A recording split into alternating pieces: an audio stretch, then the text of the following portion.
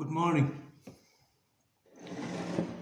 It took a good bit of work, but I finally figured out the relationship between absolute imperialism and dialectical materialism. Absolute imperialism uses dialectical imperialism to negate for negation of the negation. Now I'll explain that absolute imperialism is basically the universe controls everything. Uh, because I argued there was no dialectical materialism because the universe controls everything. You can't control your thoughts, you can't control your feelings, and whatever. Like I focus on what is in my control. I focus on my response to my thoughts, but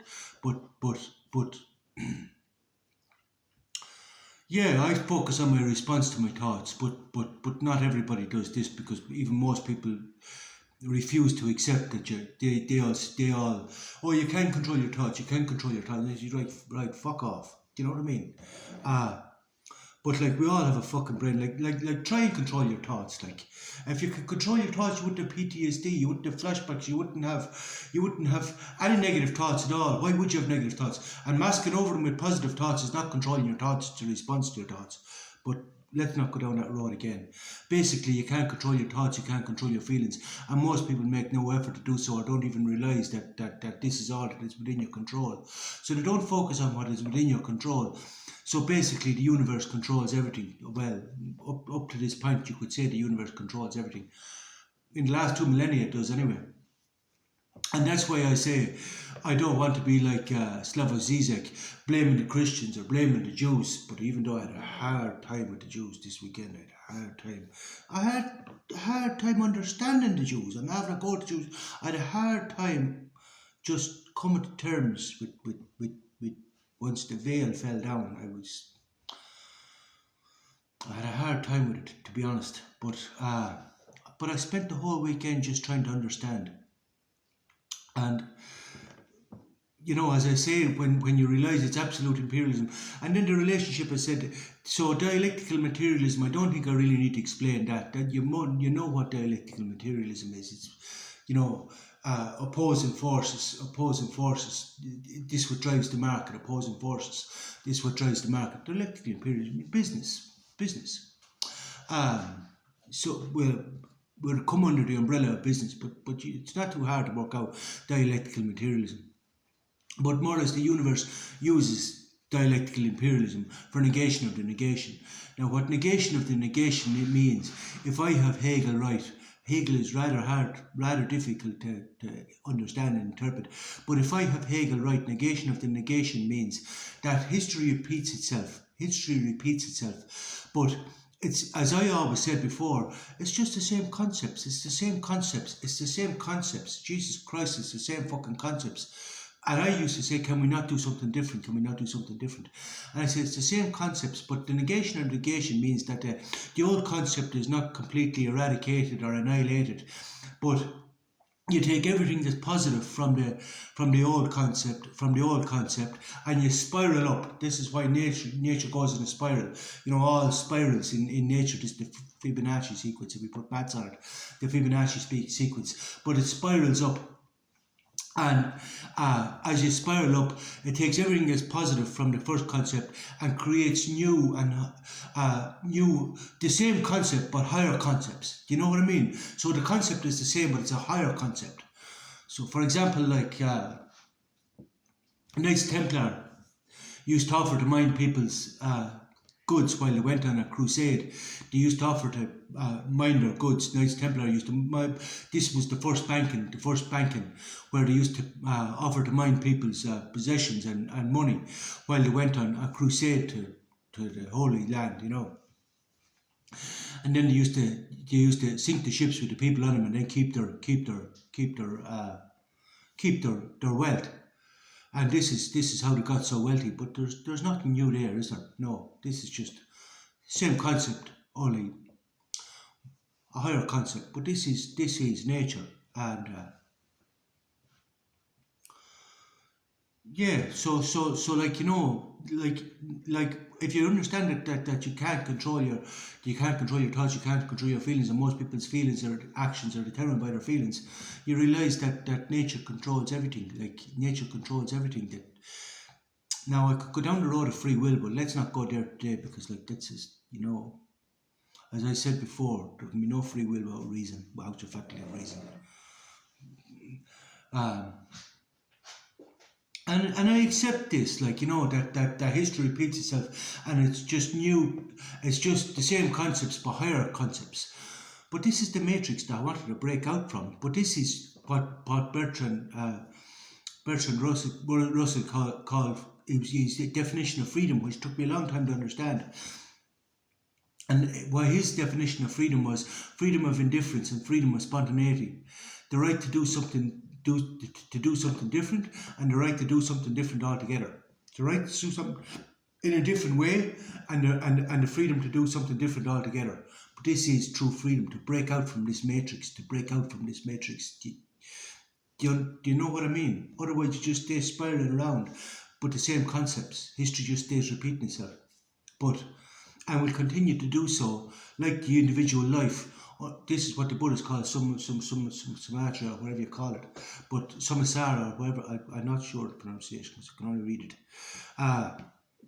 But this is the reoccurrent cycle that they talk about, and this is the reoccurrent cycle that Nietzsche talks about. It's just a continuous, an eternal reoccurrence until you actually learn to have the freedom and evolve past a certain point that you can actually take the reins and drive out from the matrix. But once I realised like that absolute idealism uses dialectical materialism to control everything, I'm not going to impose my morality on nature. And I said this before, I'm not going to impose my morality on nature, because that all I'll end up with is a psychological problem, which I very nearly had. It was the closest thing I had to a psychological problem in a long time, was over the weekend in relation to the like, they know these drugs are fucking up the kids, and I'll tell you the truth, yeah, but anyway, I get a lot of my philosophy from art these days. So I was watching a film the other night, because everything sort of correlates, but I was watching a film the other night on a Korean man. It's based on a true story. It's based on a true story about a Korean man, Kim Song-young, or whatever his name was. But he was selling crank. It was like Breaking Bad, which did a lot to sort of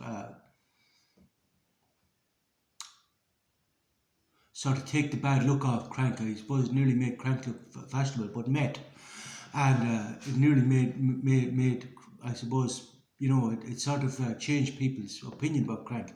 But your man was selling crank to Japan. He was making crank at night and selling crank to Japan. And it started off, he was relatively poor, and then he wanted to sell crank to Japan. And he needed people to smuggle the crank, and he needed someone to fund the whole thing. So he went to different organisations and everything else. And he found that people helped him. Like, the whole thing fell together to fulfil this role of selling crank to Japan.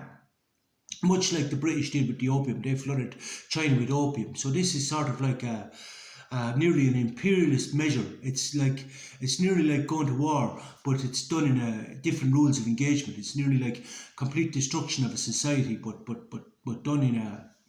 And you could call this evil, but evil has an inherent part of nature. And don't forget that nature controls everything. And this is what I'm saying about the reoccurrent cycles. But you're selling the crank to Japan, but they said to him, because these are high and powerful people, so they're obviously they're not slow, but they said to him, well, we're all good selling the crank to Japan. The only thing is, don't take the crank yourself. Don't take the crank yourself and everything will be fucking great. Just don't take the crank yourself. And not only would he not take the crank himself,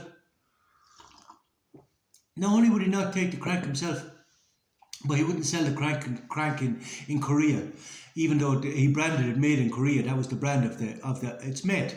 This is the meth, and he said this was the brand made in Korea, and he wouldn't sell the meth in Korea either, because he knew well. And I said to myself, that's the worst cunt of all. I said, that's the worst cunt of all. And my soul said to me, have you never done this? And the flesh gave me this flashback, like when I was in Turkey. I was starting a business called grandbazaaronline.com, where I was selling the clothes, the shoes, the handbags, all this materialism, all these things that people buy to alleviate their misery. Now, I'm not saying that there's anything wrong with buying nice things or having nice things, and that's not what I'm saying at all. I'm just saying that people's misery very much drives the treadmill of production. And I remember, like, God said to me, why don't you showcase them to your friends, because I have quite a few friends who are girls, like, and I said, why don't you showcase them? Why don't you message these girls and showcase these items to them? The handbags, the shoes, all these contraband and lighting and everything else. I just said, no, I'm not doing that. No, I'm not doing that. And they said, yeah, but you'd sell it to, you know what I mean? And I said, yeah, I never thought about that. And then after that, I tried to delete the page, but I couldn't delete the page. But basically, I had to change my values in relation to this. But at the first time, my morality over the page was attacked, and then I had to question my morality again. And this is the dialectic cycle of that's involved in changing your values. But I was reminded of this. So basically, it goes back to absolute imperialism again, But basically, then I just said to myself after watching this film, now basically what happened then is he did take the crank. He was warned not to take the crank. He did take the crank, even though now it also showed the complete destruction of society and civilization with this met, what it does. And I said to myself, yeah. And then I sat for the whole,